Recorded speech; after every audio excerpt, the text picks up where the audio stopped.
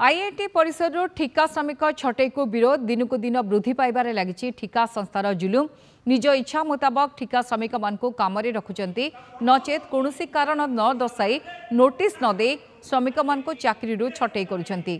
अरुगुल स्थित आईआईटी परिसर में एभली घटना को नहीं तेजी असंतोष दीर्घ 15 वर्ष धरी आईआईटी रे कार्यरत 22 जन ठिका सिक्यूरीटी कर्मचारी को बिना नोटिस रे छटई करा जायछि। सिक्यूरीटी कर्मचारी प्रति एभले अन्याय प्रतिवाद रे 8 दफा दाबी रे स्थानीय पाठागार परिसर रे नवनिर्माण युव छात्र संगठन पक्षरु बैठक अनुष्ठित हो जायछि। जदि ए समस्यार समाधान जून 11 तारिख मध्य न हुए आईआईटी कैंपस सम्मुख में धारणा देवे बोली चेतावनी देइछन्ति नवनिर्माण युव छात्र संगठन।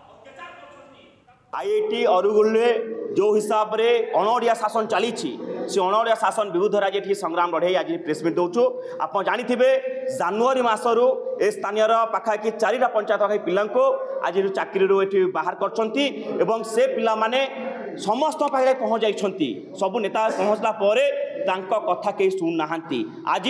जो कथा विजय सर कहूला ओडिया अस्मिता आज ओडिया अस्मिता आज धैर्य आज आम से आसंता 11 तारिख रे आमे जटणी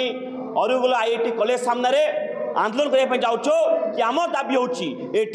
जो अणओडिया जो धमक चली से धमक बंद करा जाऊ एवं ता सहित जो स्थानीय पिला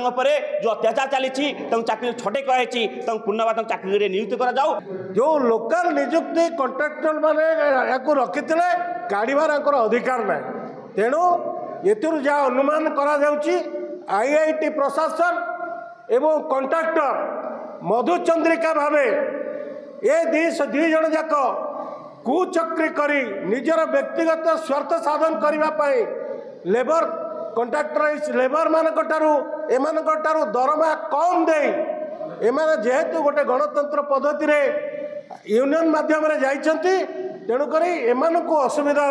आम मानकर जो लीव बोनस ग्राच्युटी आमको मिलूनी आम तार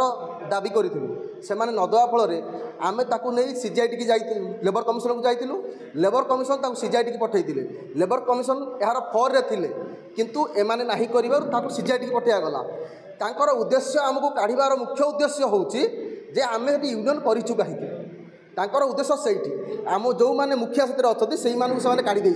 जहाँफल कि यूनियन रही एकछत्र शासन करेंगे।